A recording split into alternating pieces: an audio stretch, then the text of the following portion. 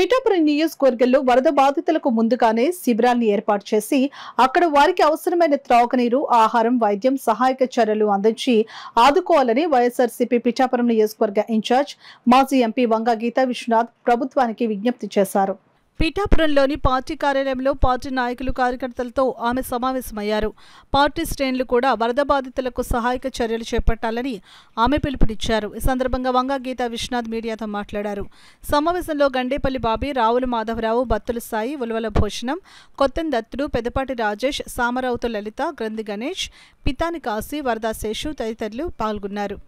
ముందుగా ఫస్ట్ ఎందుకంటే వరద వస్తుంది, ఎవరు ఆపలేరు. వాటర్ రిలీజ్ అయిపోతుంది కాబట్టి పిఠాపురంకి ఎక్కువ నష్టం కలిగే అవకాశం ఉంది. ఇప్పటికే కాలువలు అన్నీ కూడా నిండిపోయి ఉన్నాయి.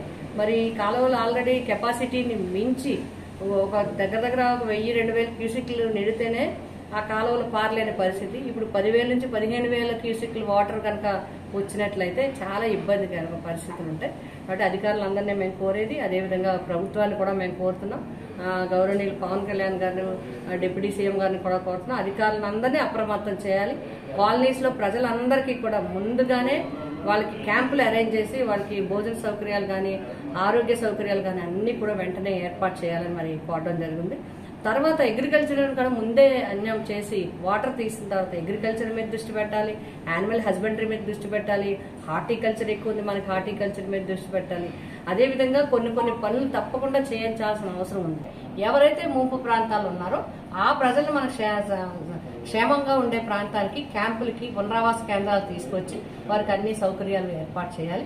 అదేవిధంగా ముఖ్యంగా అంటువ్యాధులు ఎక్కువగా, వైరల్ ఫీవర్లు, డెంగ్యూలు ఎక్కువ ఉన్నాయి కాబట్టి క్యాంపుల దగ్గర కంపల్సరీగా హెల్త్ వర్కర్స్ నుంచి వైద్య సౌకర్యాలు కూడా కల్పించాలని కోరు. అదేవిధంగా మా యంత్రాంగాన్ని కూడా, స్థానికంగా ఉండే మా పార్టీ యంత్రాంగాన్ని కూడా అందరూ కూడా మనం ఇక్కడ రాజకీయాలు అనేది చూడకుండా అందరూ కూడా ప్రజల్ని తరలించినప్పుడు కానీ, లేకపోతే వాళ్ళ భోజన సౌకర్యాలు ఏర్పాటు చేయడంలో కానీ, క్యాంపులో కానీ మన వంతు సహకారం అందరూ కూడా మనం కూడా సేవా కార్యక్రమంలో మనం పాల్గొనాలి. ప్రజలకు ఎప్పుడు వెన్నంటూ ఉండాలని చెప్పడం జరిగింది.